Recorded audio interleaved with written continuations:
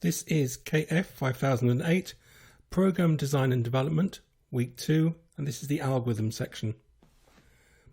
Normally, if you ever watch a lot of the YouTube videos about algorithmics, you'll see that the first lecture and the second lecture contains a very long and involved description of why you need to have code that goes fast. Generally, when I'm doing the lecture, I just say to people, hands up everybody who likes code that goes slowly. Not many people normally put their hands up. And so I'm taking it as a given that you understand having code that goes slowly isn't a good idea.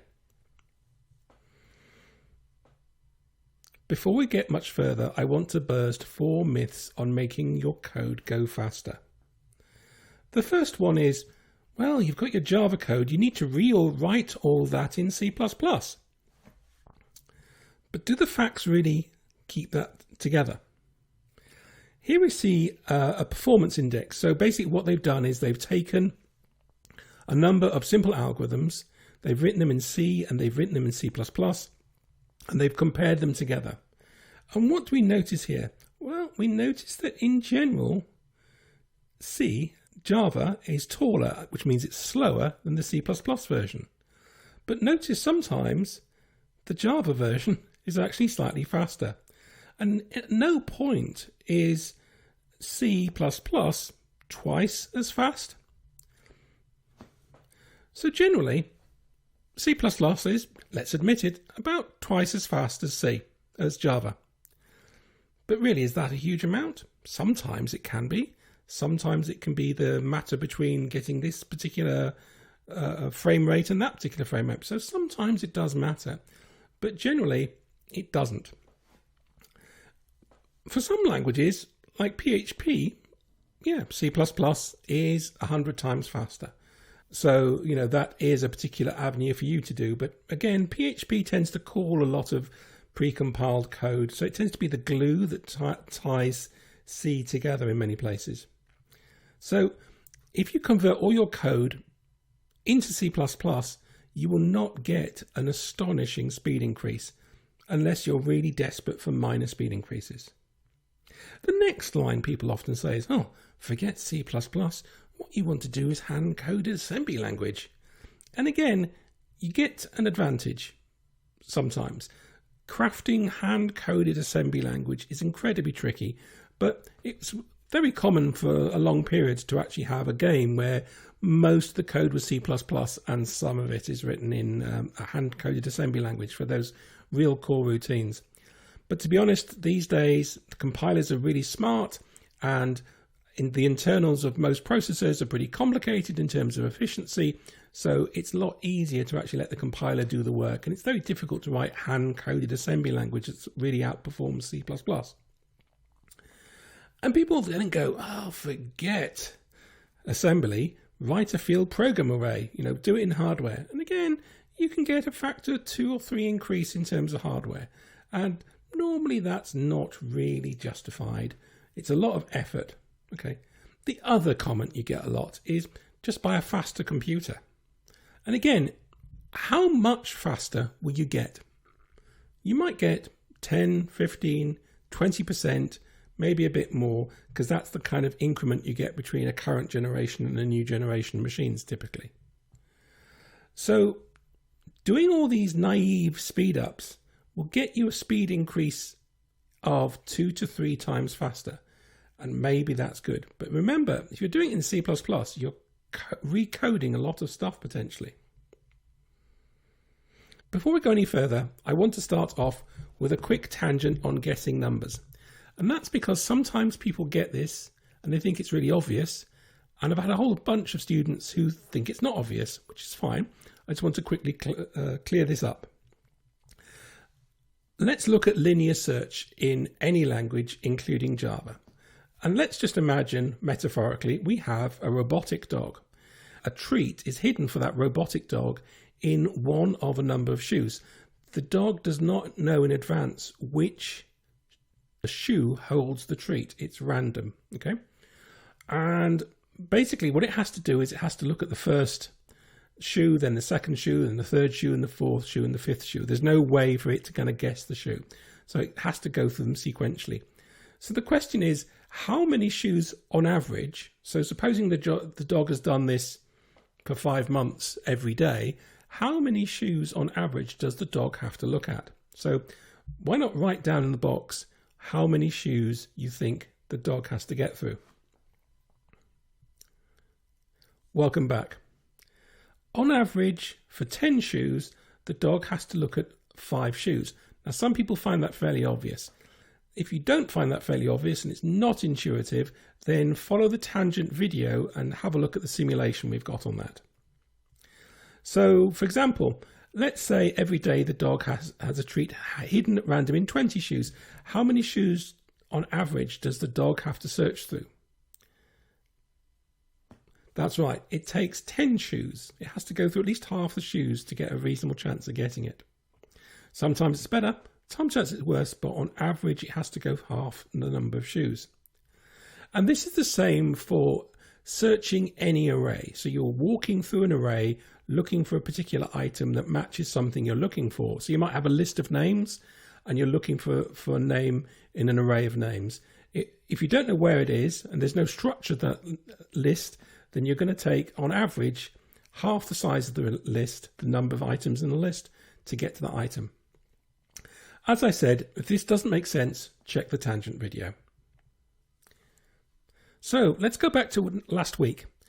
Do you remember we had that game where there were 2 players, one person had to think of a number between 1 and 100, and the other person had to find a way of guessing that number. And remember, you invented binary search. So the question now is, why did you think it was better? So the answer you often get is, well, it should take fewer steps to do it. And that makes a lot of sense. But let's have a look at this in some pseudocode, because we all love pseudocode. So we have a loop for some number. This is the number which, from 1 to n, ask, is it x? Is it that? Is it which?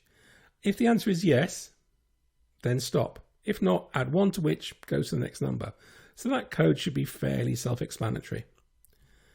So let's look at the code for doing the algorithm that you invented. So we begin with a low, that's the lowest number, and we begin with a high, which is the highest number, which is n, the size of the array, or let's say 100 in this particular case. We find halfway between the low point and the high point, so 50, and we call this midpoint. So midpoint is now 50. If low equals high, which seems a bit strange, but we'll find that at the end, then say, is it midpoint, and stop. Then you ask, is it more than midpoint? Is it more than 50? If the answer is yes, then set low point to midpoint. So if you know it's more than 50, you set low to 50 and start again. So you go back to the beginning. Otherwise, you set the high point to midpoint. So you set the top of the range to midpoint and you start again. So you're effectively going around in another loop. But how many times are we going around in the loops? So let's say we have an array which is of size 16. Well, we know already, because of our dog searching exercise, that if we don't know where that number is in the list and we're just doing it sequentially, it will take on average 8 times around the loop. Alternatively, what about the code for doing the loop you were using, the algorithm you invented? Well, for 16 items, you will take on average 4 steps. For the same size system, one will take fewer steps than the other one. That's basically stating in words your intuition about what you had. So let's think about what happens if we make n bigger. So we can start off with 4 items, and then we can do 8 items, 16 items, and 32 items. I'm going to put this onto a table so we can have a quick look at it. With 8 items, it would take on average 4 brute force, because that's half of 8. And it would take on average 4 steps for the algorithm to get there. This is kind of a different way of doing the accounting, but it's basically similar. For 16 items, so I've just doubled the number of items, it takes 8 steps because that's half of 16, but the algorithm only has to take 1 more time through the loop. For 32 items, the brute force takes 16, that's half of 32, But the elegant algorithm, your dividing by 2 algorithm each time, that only has to take one more step. Because every time we make it bigger by 1, we actually only need one more step. So 64, 32, and 7. At this point, you can see there's a huge difference. And 128, which is kind of near the 100 we started off, there's 64 steps on average versus 8. And you kind of intuited that when we began with. I'm not a big fan of tables. Let's have a look at this as a chart.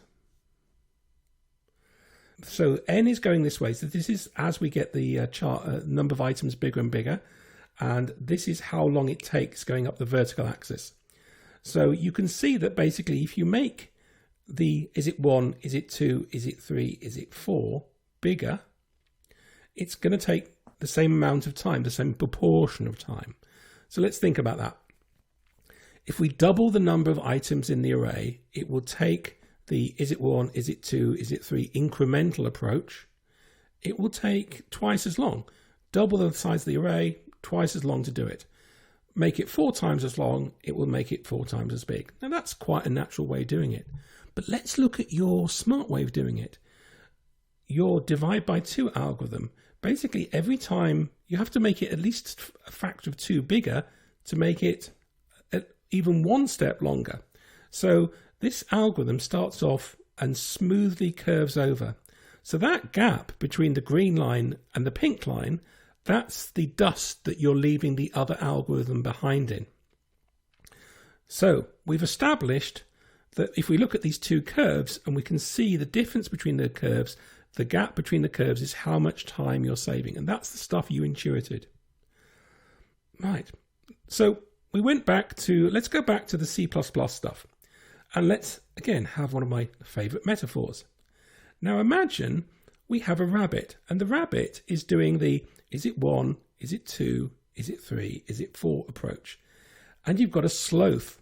The sloth is very slow, but he's using your dividing algorithm. So what he does is you say, oh, is it bigger than 50? Meanwhile, the rabbit's going, is it 1, is it 2, is it 3, is it 4? Now, who would you bet on at this point? Of course, it would depend upon the size of the problem. If the problem was really small, like 4, the sloth is going to get outpaced by the rabbit. But let's imagine we say, okay, pick a number from 1 to 1,000,000. Who's going to win then? You see, the sloth is going to say, is it less than 500,000? And he's going to get rid of 500,000 items in one go. Whereas the rabbit's going to have to count all her way through it. So I hope you can see from this that it doesn't matter how slow sloth is. Given a big enough problem, the sloth will always win. And that's true about Java and C++. So here we go. Here we have a fast C++ algorithm. Okay, this is the linear, is it 1, is it 2, is it 3 algorithm. But then here's the slow Java version of the same code. And let's have a look at these in comparison. Now again, I'm kind of just counting the number of times around the loop as a rough approximation. I could go out and time everything, but you would get the same results. This is nice and simple. So let's have a look at this. We start off with size 8. A linear Java is going to take like 4 steps. Now C++, we've agreed at peak can be about twice as fast. So it's equivalent to doing 2 steps. And the dividing algorithm will take about 4 steps to get to the end. It's a bit complicated, so it doesn't really kind of pay off. However, at size 16, the linear Java algorithm does 8, the speed up code does 4, and the slow Java code using division, it's already hitting halfway through. At 30, so it's nearly the same between the 4 and the 5. 32, the Java code in a linear mode goes 16 steps. It has to go through half the items. The C++ goes to about half of that because it's twice as fast.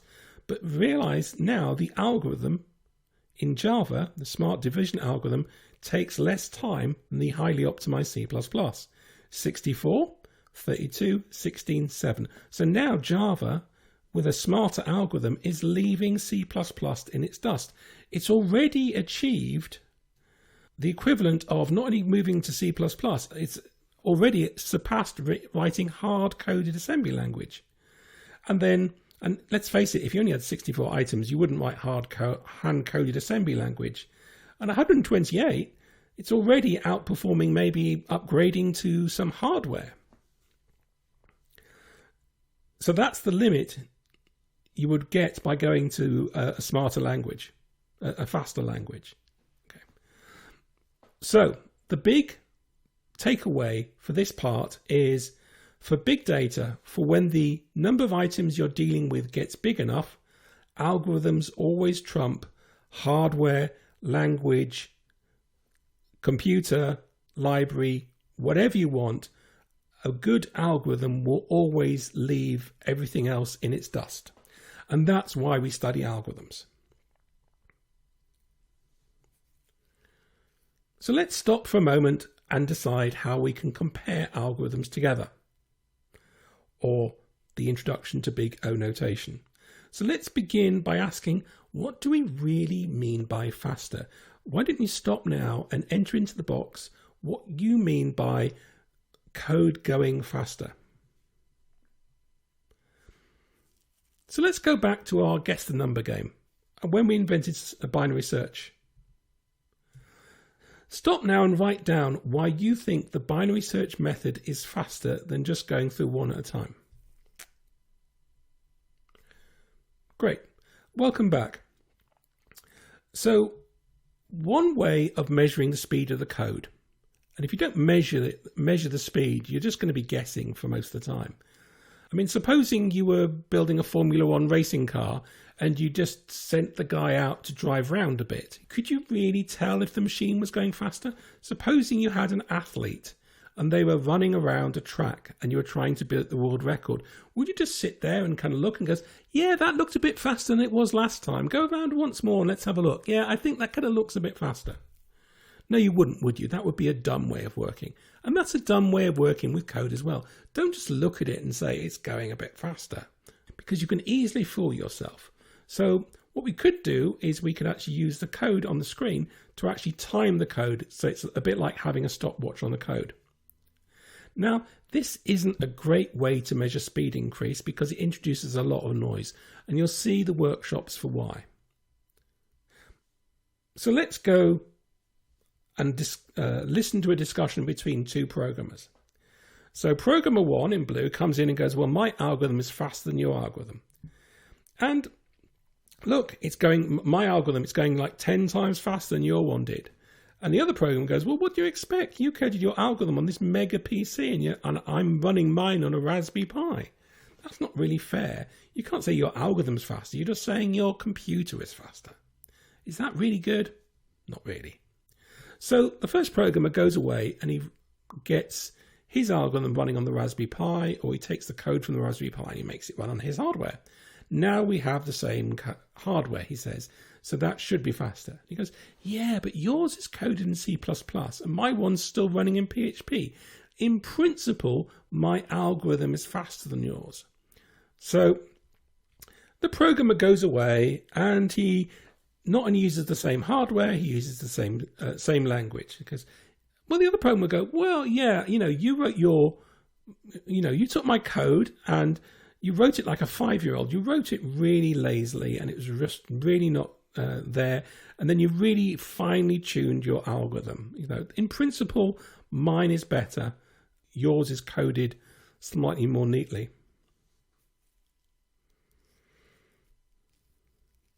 And, there is a problem about using the timing of machines. Supposing someone said in an algorithm paper, you find a website, goes, oh, well, this algorithm, it's rated at 500 milliseconds. And you think, oh, that sounds quite good. But that was 3 years ago. Understand we have Moore's law. We have Moore's law, which means every year hardware is getting faster and faster and faster. So, of course, any algorithm, as soon as it gets published on new machines, is going to be running faster. So it's very difficult to make a kind of intergenerational comparison. So what we really need is some universal, agreed-on way to compare two algorithms in principle. One which isn't affected by the microscopic details, but by the big picture problems like, will this algorithm choke when I feed it huge amounts of data?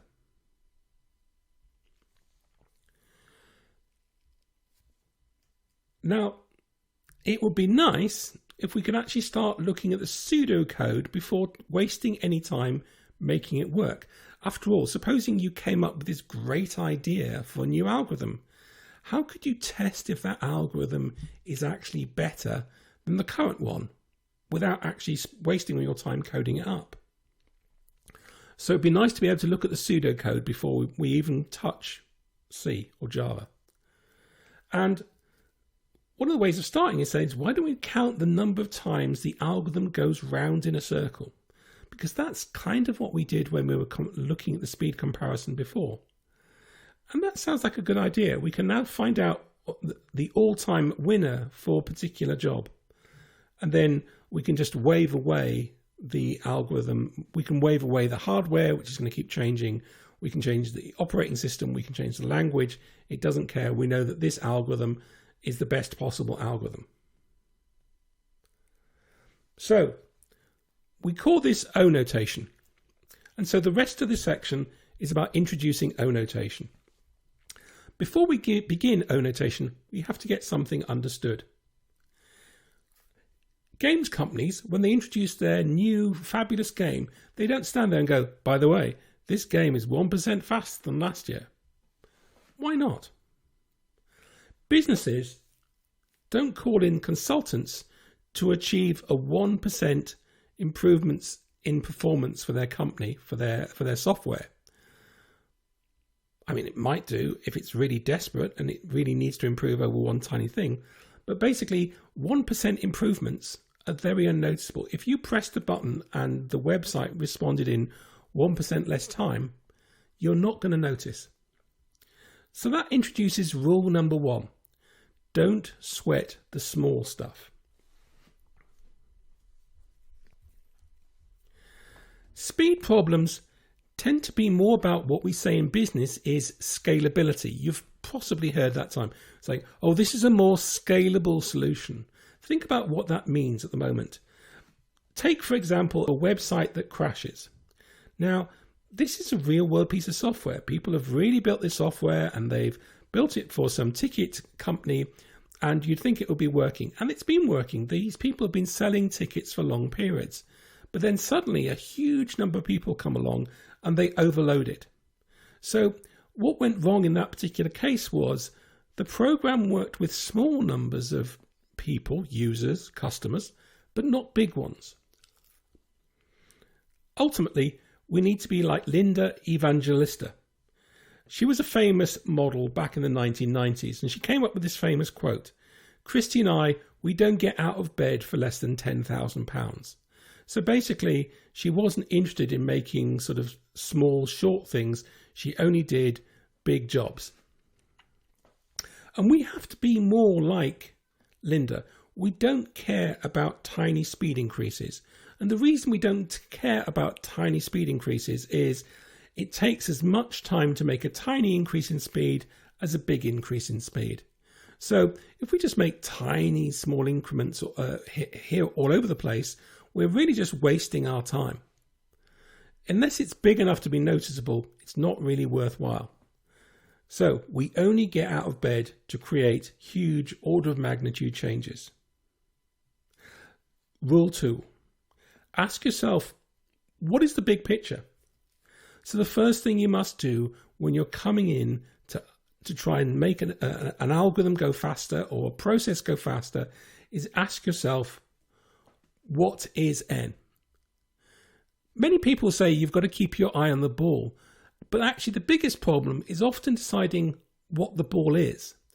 And as programmers, our ball is often N. So when you need to choose an algorithm, you have to worry about N. But the question is, what is N?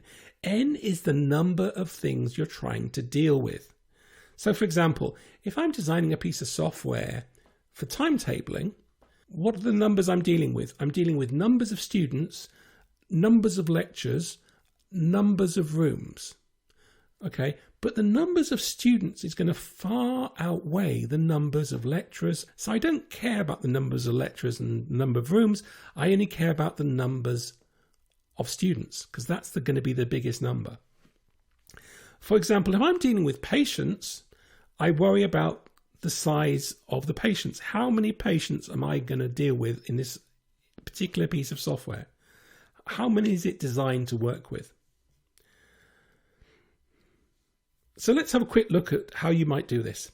So here we go. I've got a pseudocode on the left and some Java code on the right. So you can actually pick and choose which one you want. Each of these will be slowed down by something. Can you guess what that something is? So yeah, that's a pretty obvious one because it's the list of numbers. Now, the way you know that it's the list of numbers is ask yourself the question, if I made that list twice as big, would it slow the program down? And the answer is yes, it would. In this particular case, it only really depends upon the list of numbers. So the n, in this case, is the list of numbers. So you've really got to keep an eye on what that is. And if you walk into any business situation, it can take a long time to figure out what your n is really. So let's get back to looking at O notation. It would be very nice just to look at the pseudocode to work out how fast the program will go. So let's have a look at this. How long on average will it take to find 10 in this list of numbers? So here's the list of numbers up here, and here's the code. Of course, we've done this already. It's the dog searching problem. It will have to look through, on average, half the number of items to find it. So if we double the size of the array, it takes twice as long. So let's have a look at this. The time taken, let's just call that t, equal to n divided by 2. So if I double the number of items, I will then have to divide that by 2 to find the number of times around the loop it has to go. So what we can say is the time is roughly proportional to the size of n. Because again, if I make n twice as big, then the time becomes twice as big.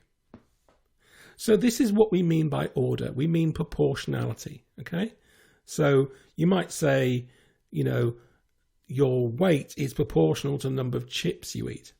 Now, you don't know exactly if you eat 55 chips, you will get exactly double your, you would actually get 55 or 138 grams bigger. We just know that one is dependent upon the other and there's some linear proportionality in there. So the time it takes the algorithm to grow is proportional to that particular number. Now remember, in your algorithm, you got rid of that. When you started doing binary subdivision, when you started saying, is it less than 50, more than 50, you actually took it from being order n to being order log n. But we'll cover that more in a bit more detail in a minute. So given two arrays of numbers, a and b, how do you find which numbers they have in common? So sit down for a minute and try and write out how you would actually find this. If you've got no idea, and again, you can use pseudocode, imagine you're faced with two lists on two separate pieces of paper and you're trying to methodically go through looking for the name of one person who appears in both lists, and you want to get all the names in list A that are in list B. How would you physically go about doing that? And once you've got that, think about how you might turn that into a piece of code. So stop and do that now. Welcome back. So here's my Java code. I've got two arrays. I'm going to call some numbers and other numbers. Now, we know, just like our dog searching algorithm, if we have a list of numbers and we have a number, let's call it it, we can just go through the other list using this for each loop saying, if it is equal to the other, return true. So that's going to return true if one of the numbers in this list matches one of the other numbers in the other list. So that does the first one. So for example, the way this would work is we'd start off with list A and it would look at 1 and then it would go, does B contain 1? Is that 1? Is that 1? Is that 1? Is that 1? Is that 1? Is that 1? Is that 1? And then we want to move to the second item. So it makes sense, but we want to go back to the beginning of this list. So it makes sense to put one list inside another list. Now we've established already with our dog example that if you go through this list, it will take on average n times to go around the loop. So it's proportional to the size of the loop. But what about the other one? In order to do all lists, to look at every number in this list and against every number in that list, one list is nested inside the other loop. So it will go around n times, but then for every n, it will do it n times as well, or rather whatever the size of the arrays is. But we're assuming one of the arrays is going to be bigger than the other. So basically, if we double the size of the arrays, we won't just go around twice as long, because the inner loop will go around twice as long, but the outer loop will actually go around twice as long as well. So instead of going around twice as long, it will actually go 4 times as long. And if we made them 3 times bigger, we would actually see they'd actually go around 9 times bigger. And if we made them 4 times bigger, they would go around 16 times more time.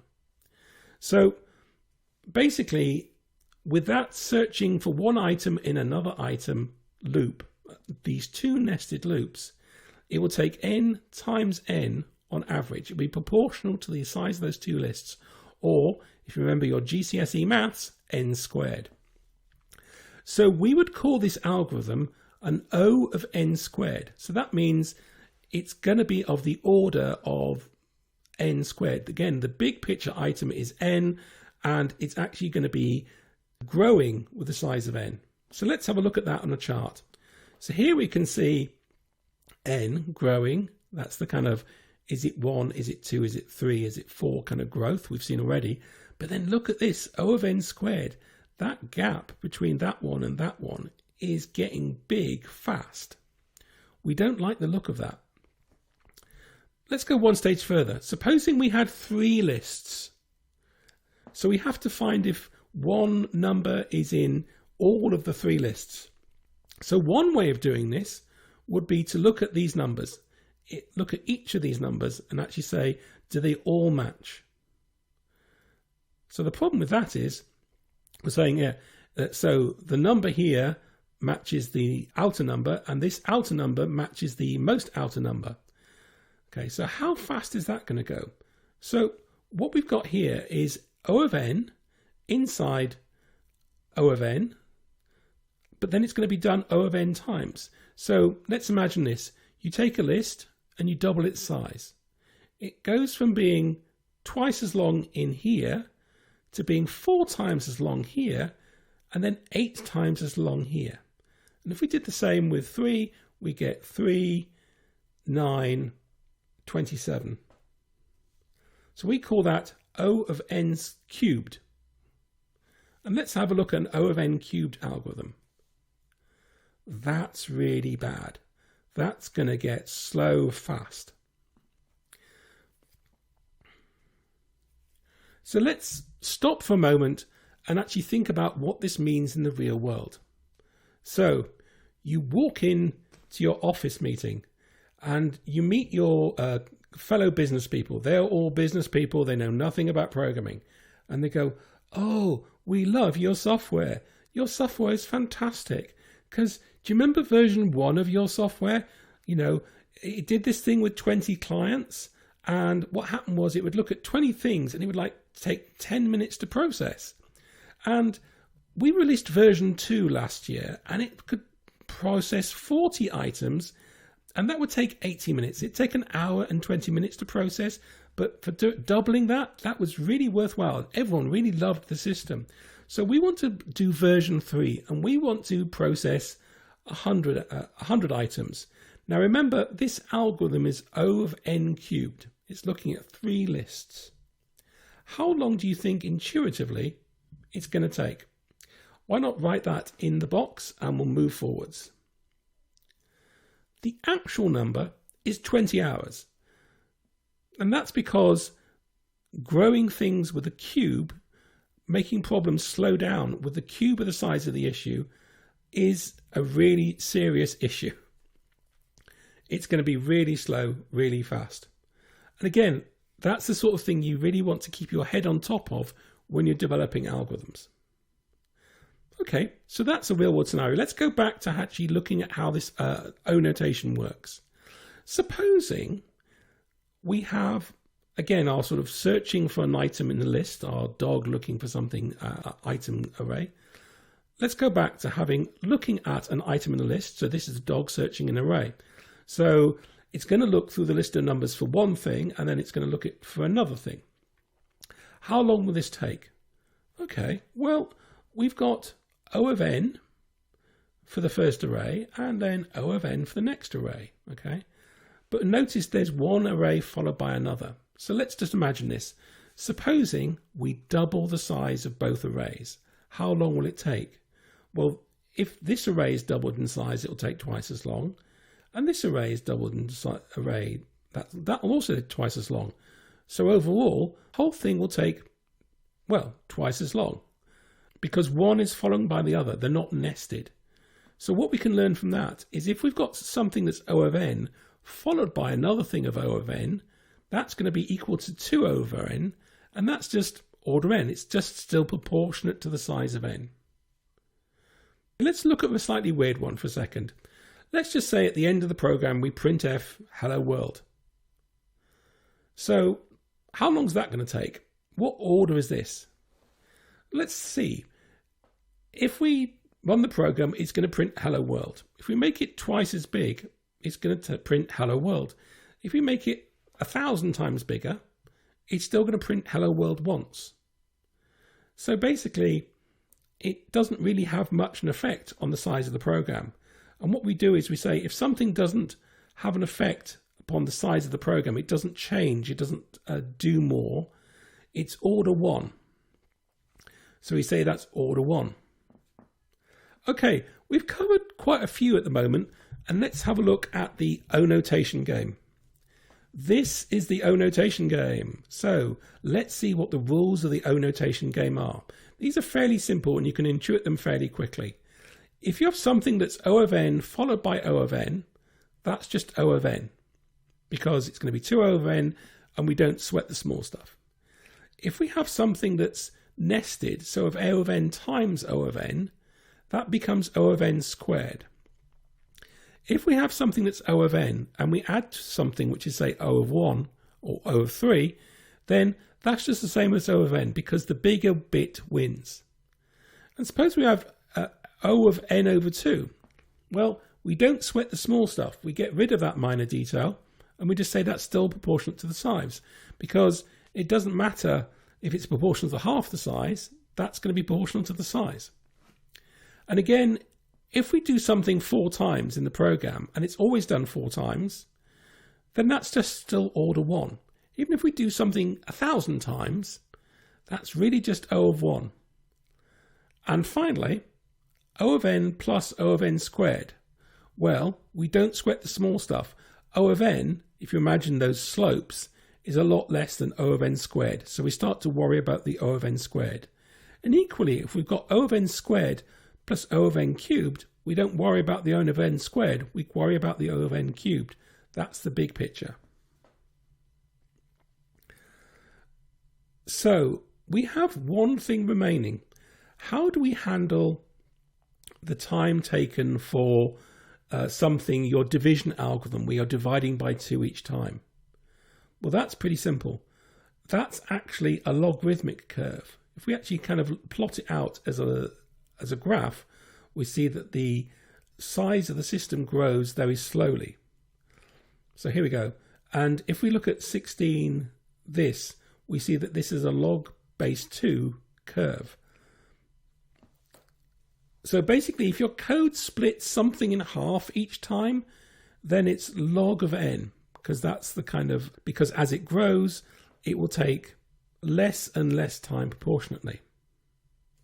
So with the O notation game, we can look at code, and you'll be looking at the O notation game in a bit more depth inside your workshops.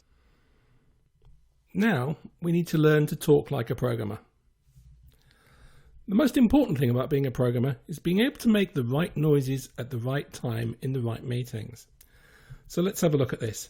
You're sitting in a meeting and someone says, I have this algorithm. It takes about 10 hours, but it's O of 1. So basically means it's always going to take 10 hours. If we double the size of the system, it's going to take 10 hours. If we halve the size of the system, it's going to take 10 hours. Now, 10 hours doesn't sound pretty fast, but actually it's scalable. It's incredibly scalable. Now, you might think, okay, that's not a very good example, but for example, if it takes like 2 milliseconds, then it's always going to take 2 milliseconds. And that's really, really good. So at that point we go, that's good. We kind of nod appreciatively. Next one is log of n. Now, what does this mean? It means it still gets worse with the size of the system, but it doesn't get that worse. So your binary division algorithm, your guess the number game algorithm, that was log n, okay? So that's really good. So if someone comes in and goes, oh, we had this O of n algorithm, is it 1, is it 2, is it 3, is it 4? And then we turned it into a log n algorithm, divide by 2 each time, then that's going to be a fantastic improvement. And you know that's a fantastic improvement because you did it yourself. So at that point, we kind of nod very appreciatively going, very good, yeah, cool. And then we have an O of n algorithm. Now again, what is good, what is bad, very much depends upon context. But here, generally, this is kind of what people expect. If you double in size, it takes twice as long to process. It takes twice as much cost to do. That's kind of what people expect.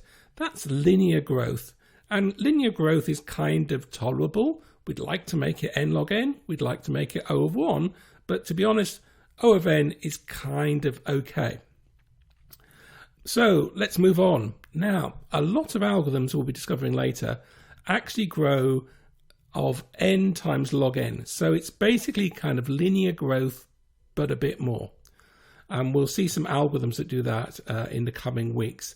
Now that's not bad. So if that happens, you're going to go, okay, yeah, not a problem.